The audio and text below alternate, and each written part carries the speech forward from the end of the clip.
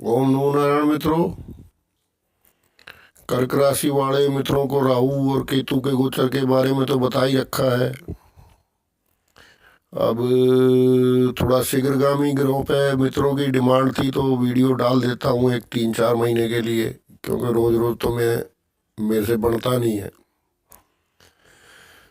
तो मित्रों बात करते हैं सबसे पहले महत्वपूर्ण ग्रह की, सूर्य नारायण भगवान की।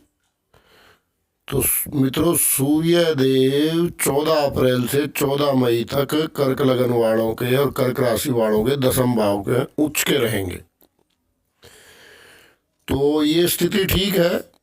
जो मित्र सरकारी नौकरी की तैयारी कर रहे हैं या कोई एग्ज़ाम वगैरह दे रहे हैं तो वो उनके लिए ठीक है। इस काल में सफलता की संभावनाएं कर्क वाले मित्रों की बढ़ जाती हैं। ठीक है मित्रों, बाकी तो सफलता तो अपनी मेहनत पे देखो डिपेंड करती है। और जिन मित्रों का कोई सरकारी काम रुका हुआ है तो वो थोड़ा प्रयास करें। इस काल में आपका सरकारी काम भी बन सकता है कोई, क्योंकि सूर्य उच्च के हैं। सूर्य के प्रभाव से आपका काम निकल सकता है।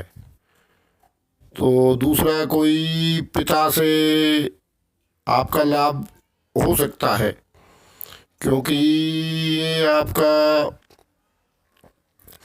2 नंबर यानी जहाँ सिंह राशि पड़ती है आपके धन भाव में, और धन भाव का स्वामी कर्म भाव में उच्च का रहेगा। तो ये स्थितियाँ ठीक है आपके लिए। तो ये गोचर तो ठीक रहेगा मित्रों का। 30 दिन के लिए सूर्य उच्च का रहेगा। तो देखो अंतिम में मिलता तो पुरुषार्थ ही है इंसान को, तो आप पुरुषार्थ करें, फल मिलने के चांस इस गोचर में ठीक ठाक आपके बनते हैं। अब मित्रों आपको बताऊं, मंगल की बात करते हैं तो मंगल अभी आपके लाभ भाव में चल रहे हैं। तो ये गोचर बड़ा महत्वपूर्ण है आपके लिए, क्योंकि 7 मई को मंगल मिथुन राशि में राहु से युति करेंगे और 22 जून तक मिथुन राशि में ये रहने वाले हैं। ये तारीखें नोट कर लेना मित्रों, ये बहुत महत्वपूर्ण तारीखें बता रहा हूँ मैं आपको, क्योंकि ये भाव जो है 12वां भाव आपका व्यय का भाव है। और इसलिए अपने खर्चों पे तो आपको अंकुश लगाना ही चाहिए। लेकिन 12वां भाग थोड़ा सैया का भी भाव है। तो मंगल राहु युति में कोई भी आपको समझ जाओ, आप गलत काम आपको नहीं करना है। ठीक है ना। जो भी आपके अगर ऐसे कोई संबंध है तो उनसे आप दूरी बनाए रखें। अगर इस प्रकार की आपके अंदर वृत्ति है कोई तो उस पर अंकुश लगाएं। नहीं है तो बड़ी अच्छी बात है। ठीक है ना। नहीं तो मित्रों इस काल में आपकी फजीयत हो सकती है और स्थिति विकराल रूप धारण करके आपके हाथ से बाहर भी निकल सकती है, क्योंकि फिर सारा काम राहु ले लेता हाथ में।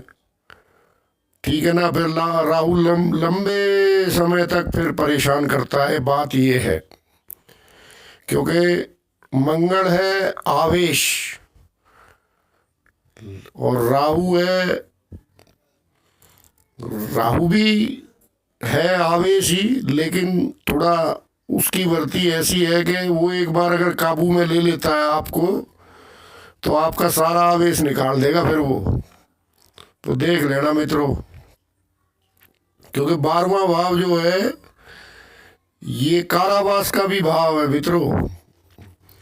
तो देख लेना कभी लेने के देने पड़ जाए तो इस काल में जरा बड़ी सावधानी से, और नशा आदि जो मैं बताता हूँ उससे तो आपको दूर रहना ही है। अब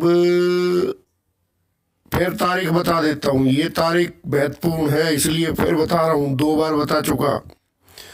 7 मई से 22 जून दूसरा है 7 मई से 22 जून तक यात्रा को, चाहे लंबी दूरी की है चाहे छोटी दूरी की है, अगर आप टाल सकते हैं तो टाल दें, ठीक है ना। अगर नहीं टाल सकते तो कोई दिक्कत नहीं है, सेफ्टी से आप कीजिए, लेकिन बिना बात में घूमना मना है, ठीक है ना। क्योंकि ये मंगल राहु की युति है, इसमें लंबी दूरी की यात्राओं में भी खतरा है, तो उसके लिए आप अपने हिसाब से, जरूरी है तो करो, कोई दिक्कत नहीं है, कर्म के लिए तो कोई मना नहीं है, लेकिन ज़्यादा घूमना फिरना ठीक नहीं है। अब बात करते हैं बुध की, तो बुध आपके व्यय का और पराक्रम का स्वामी है, तो बुध भी कोई ठीक नहीं है, ये कुछ समय में आपके भाग्य भवन में नीच का रहेगा। ये रहेगा जी 11 अप्रैल से 3 मई तक, ये आपके भाग्य भवन में रहने वाला है। अब देखो ये उच्च के शुक्र के साथ रहेगा, उच्च का शुक्र नीच का बुध, ये युति आपके भाग्य भवन में बनेगी।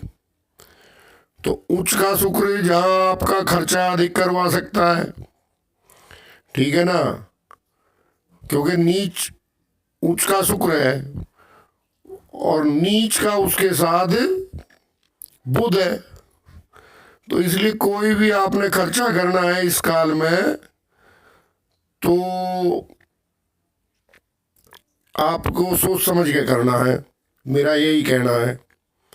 हो सके तो खर्चा करना टाले, बात यही है। थोड़े से दिन का टाइम है, 11 अप्रैल से 3 मई का, उसके बाद 10वें भाव में आ जाएंगे बुध, तो कोई ठीक ठाक है, कोई ज़्यादा दिक्कत वाली परेशानी वाली बात नहीं है, ठीक है ना।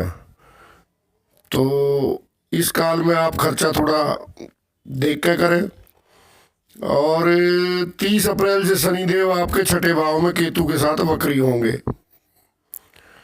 तो ये शत्रुओं के लिए तो ठीक है, शत्रुओं के लिए बढ़िया रहेगा ये काल, लेकिन गृहस्थ जीवन में आपको थोड़ा संतुलन बनाना पड़ेगा इस काल में। इसके लिए मेरे को अलग से वीडियो डालना पड़ेगा, मैं आपको वीडियो डाल दूंगा शनि वक्री होने से पहले। गुरु 22 अप्रैल से आपके पंचम में वक्री रहेंगे, तो बुद्धि बल आपका ठीक रहेगा, उससे कोई दिक्कत नहीं है, क्योंकि इस त्रिकोण का स्वामी है, एक त्रिकोण का स्वामी दूसरे त्रिकोण में, तो ठीक ही है। वैसे तो गुरु आपके 6ठे भाव के भी स्वामी है और अपने से 12वें हैं, लेकिन वो बैलेंस हो जाता है क्योंकि वो आपके भाग्य के भी स्वामी है, और भाग्य त्रिकोण के स्वामी आपके पंचम त्रिकोण में बैठे हैं, नवम त्रिकोण के पंचम में वक्री हैं, तो वक्री होके गुरु महाशुभ हो जाते हैं। गुरु के वक्र पे भी मैं वीडियो अलग से आपके लिए डाल दूंगा। तो फिर एक बार लास्ट में वीडियो में बता देता हूँ, 7 मई से 22 जून आपके विशेष सावधानी के दिन है, बाकी आपका कोई बढ़िया है, कोई दिक्कत परेशानी आपको इस गोचर में नहीं होगी। लेकिन ये 7 मई से 22 जून आपने विशेष सावधानी रखनी है मंगल राहु युति के टाइम पे, क्योंकि ये 12वें भाव में होगी।